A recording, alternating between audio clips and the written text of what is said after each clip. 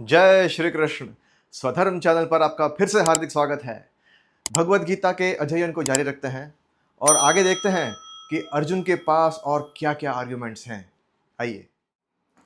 न काङ्क्षे विजयं कृष्ण न च राज्यं सुखानि च किं नो राज्येन गोविन्द किं भोगैर्जीवितेन वा येषामर्थे काङ्क्षितं नः राज्यं भोगः सुखानि च त इमेव स्थिता युद्धे प्राणां त्यक्त्वा धनानि च। हे कृष्ण, मैं न विजय चाहता हूं, न राज्य चाहता हूं, ना ही सुखों को ही चाहता हूं।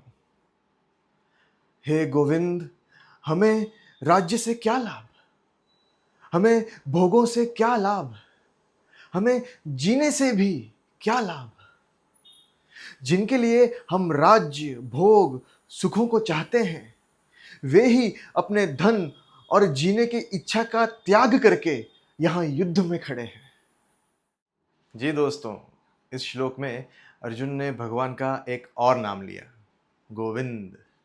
भगवान के करोड़ों अनगिनत नामों में से एक और नाम गोविंद, यानी कि गो यानी कि ये पृथ्वी, और विंद यानी उसे रक्षित करने वाला, उसकी रक्षा करने वाला। तो गोविंद यानी इस जगत की, दुनिया की रक्षा करने वाला, उसका पोषण करने वाला। तो हे गोविंद, मुझे ये राज्य, ये विजय, ये सुख भोग आदि ये सब मुझे नहीं चाहिए। इसका क्या फायदा भाई? क्योंकि ये सारा जो भोग है, ये राज्य है, ये प्रॉपर्टी है, इसे हम अकेले तो एंजॉय नहीं करते ना। हम ये सब क्यों चाहते हैं? ताकि इसे हम अपनों से बांट सकें, अपनों से जिनसे हम अटैच्ड हैं, जिनका अर्जुन को मोह है, जिनसे हमें मोह होता है, उन्हीं से तो हम ये सब बांटते हैं। अकेले अकेले क्या करेंगे? तो ये जो हमारे अपने लोग हैं, ये देखो सामने खड़े हैं और वे अपने जीने की इच्छा भी त्याग चुके हैं और धन की इच्छा भी त्याग चुके हैं। इस युद्ध के लिए उन्होंने काफी सारा धन लगाया होगा। अगर वे जीत जाते हैं तो उनको बहुत सारा धन मिलेगा। ये सब भूलकर अपने जीवन को भी दांव पर लगाकर देखो यहां पर युद्ध करने आए हैं। हमारी विजय का अर्थ है कि ये लोग, हमारे जो अपने हैं, ये मर गए, और पीछे मेरी आर्मी में जो मेरे अपने हैं वो भी मर जाएंगे। मतलब सब ना मरे, काफी सारे तो मर जाएंगे ना। तो फिर इस सुख का, इस राज्य का हम मतलब क्या करेंगे? इसका कोई अर्थ ही नहीं है, इस युद्ध का कोई अर्थ ही नहीं है। गोविंद, अर्जुन जो ये बोल रहे हैं ना, उनका मोह बाहर आ रहा है, ये हम समझ रहे हैं। लेकिन ये शब्द उन्होंने कहां से कंट्रोल सी कंट्रोल वी किया है, ये हम देखते हैं। संजय जो ये भगवत गीता सुना रहे हैं धृतराष्ट्र को, वे स्वयं जब शांति का प्रस्ताव दूत बनकर गए थे युधिष्ठिर के पास, तब संजय ने जो जो आर्ग्यूमेंट्स दिए थे वो सभी अर्जुन ने भी सुने थे। अर्जुन भगवान को उसी में से, संजय का जो पूरा जो स्पीच था उसी में से ले लेकर काफी सारा सुनाते हैं इंटेलेक्चुअलाइज करने के लिए। अब देखिए, मैं आपको दिखाता हूं, 2 श्लोक पढ़कर सुनाता हूं आपको। गीता प्रेस का किंडल एडिशन है महाभारत, 3रा खंड, संजय यान पर्व। सुनिए। जो पाप की जड़ है उस क्रोध की इच्छा कौन करेगा? आपकी दृष्टि में तो क्षमा ही सबसे श्रेष्ठ वस्तु है। ये भोग नहीं जिनके लिए शांतनु नंदन भीष्म तथा पुत्र सहित आचार्य द्रोण की हत्या की जाए। युधिष्ठिर से कह रहे हैं, हे कुंती नंदन, यानी कि युधिष्ठिर, हे कुंती नंदन, ऐसा कौन सा सुख हो सकता है जिसे आप कृपाचार्य, शल्य, भूरिश्रवा, विकर्ण, विविंशति, कर्ण तथा दुर्योधन, इन सब का वध करके पाना चाहते हैं? कृपया बताइए, हे राजन युधिष्ठिर, बताइए, ऐसा तो अभी कौन सा सुख है जो इन सब की हत्या करके आपको मिल जाएगा? अर्जुन भी यही कह रहा है कि हे प्रभु, हे गोविंद, अपनों को मार के इस सुख का हम क्या करेंगे? इसका क्या लाभ? दोस्तों, ये बहुत ध्यान देने वाली बात है। कितना बड़ा लेसन है ये साइकोलॉजी में। ये हम अपनी मानसिकता को इस पर रख कर परख सकते हैं। ये जो पूरा वाक्य हुआ इसमें से देखिए, संजय ने जो भी कहा वहां पर, ठीक है, उसकी वजह से अर्जुन को मोह हो गया ऐसा नहीं है। अर्जुन के भीतर तो मोह था ही, जो इस घड़ी में इन सारी आइडेंटिटीज को लूज करने के डर से बाहर आया, राइट। लेकिन संजय ने जो भी कहा था उसका बड़ा ही सटीक, उचित और जबरदस्त ऐसा उत्तर दिया था युधिष्ठिर ने। बड़ा लॉजिक लगाया था युधिष्ठिर ने भी, और धर्म का भी पक्ष रखा था। और बाद में इसी को आगे बढ़ाते हुए कृष्ण ने भी अपनी बात कही थी, और कृष्ण तो कृष्ण है। तो कृष्ण की, युधिष्ठिर की, इन दोनों का इतना सारा लॉजिक, इतना सारा एक्सप्लेनेशन, ये सब अर्जुन को इतना इफेक्ट नहीं किया। वो सब बातें याद क्यों नहीं रह गई? और जो संजय ने कही थी वही सारी बातें क्यों दिमाग में रह गई? और अब बाहर आ रही है मोह की वजह से जो उसके भीतर था। हाँ, लेकिन ये सारी बातें कृष्ण को बताने की जरूरत ही क्या है? वो एक सारथी है।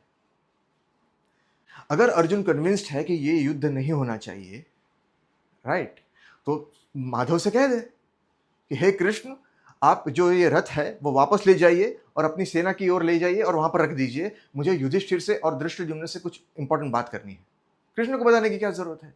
जब रथ दोनों सेनाओं के बीच में स्थापित करना था, तब कृष्ण से डिस्कशन तो नहीं किया था, सीधा कमांड दिया था, सेनयोर उभयोर मध्ये रथम स्थापय में च्युत। बाद में थोड़ा बहुत एक्सप्लेनेशन दिया कि मुझे देखना है इन दरिंदों को, दुष्टों को, जो भी है। तो अभी कह दो कि ये रथ वापस ले लो। आई एम कन्विंस्ड कि ये युद्ध नहीं होना चाहिए, अपने ही मरेंगे, फिर इस राज्य का सुख का क्या करेंगे हम? तो फिर ये सब बातें करने की, इंटेलेक्चुअलाइज करने की, मेरे शरीर में देखो ये सब हो रहा है, ये सब बताने की क्या जरूरत है? ये इसलिए जरूरी है क्योंकि अर्जुन ये भी जानता है कि कृष्ण हमारे पक्ष में इसलिए है क्योंकि धर्म हमारे पक्ष में है। लेकिन इससे भी आगे ये युद्ध भी धर्म है। हम धर्म के पक्ष में हैं, इसलिए कृष्ण हमारे साथ हैं, ओके। लेकिन ये युद्ध करना, ये भी धर्म है। ये युद्ध ही धर्म है। और कृष्ण भी ये बात जानते हैं, अर्जुन भी ये बात जानता है। तो सिर्फ अपना मोह व्यक्त करके, अपने मोह के बारे में बात करके, सब लोगों को अपना अपना बोल के कृष्ण से कह देना, तो उससे वो कन्विंस नहीं होंगे। उसके लिए उनको यह बताना पड़ेगा कि युद्ध ना करना धर्म है। भगवान को कन्विंस करना पड़ेगा कि युद्ध ना करना धर्म है। हाँ, तो कन्विंस करो ना, युधिष्ठिर से बात करो, धृष्टद्युम्न से बात करो, उनसे बात करनी चाहिए।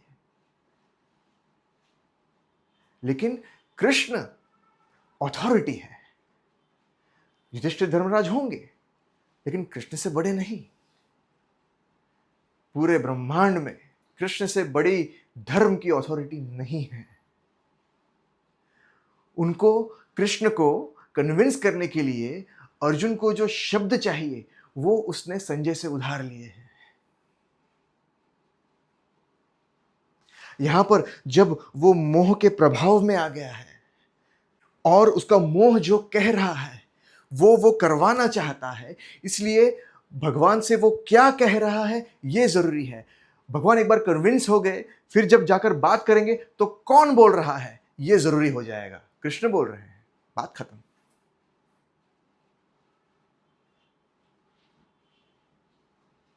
ये जानते हुए भी अंदर क्षत्रिय है ना कि युद्ध ना करना गलत होगा। इस युद्ध से दोस्तों भागना अधर्म है, इस युद्ध को टालना अधर्म है। ये युद्ध ही धर्म है।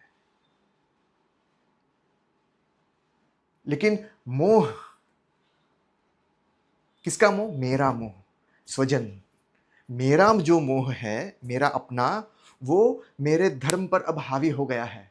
तो अब मैं क्या करूंगा? मुझे इंटेलेक्चुअलाइज करना है, मुझे रैशनलाइज करना है और अपने इस मोह के बचाव में, इसके पक्ष में आर्ग्यूमेंट्स पेश करनी है श्री कृष्ण को। बस वो एक बार कन्विंस हो जाए। हम भी ऐसा ही करते हैं, मॉरल डिसएंगेजमेंट कहते हैं इसे। To convince yourself and others so that despite knowing that what you are doing is wrong becomes guilt free. 5,000 साल पहले भी मनुष्य यही करता था, आज भी हम यही कर रहे हैं। अर्जुन कई सारी आर्ग्यूमेंट्स देने वाले हैं, कई सारी हमें बहुत अपीलिंग भी लगेगी, और कई सारी संजय में से भी कंट्रोल सी कंट्रोल भी करने वाले हैं। हम इन सारी आर्ग्यूमेंट्स को देखेंगे और इसके बारे में विचार विमर्श करेंगे। बने रहिएगा हमारे साथ, मिलते हैं जल्द ही। हमारे वीडियो को लाइक कीजिए, शेयर कीजिए, सब्सक्राइब कीजिए, कमेंट कीजिए और हाइप कीजिए। जय श्री कृष्ण।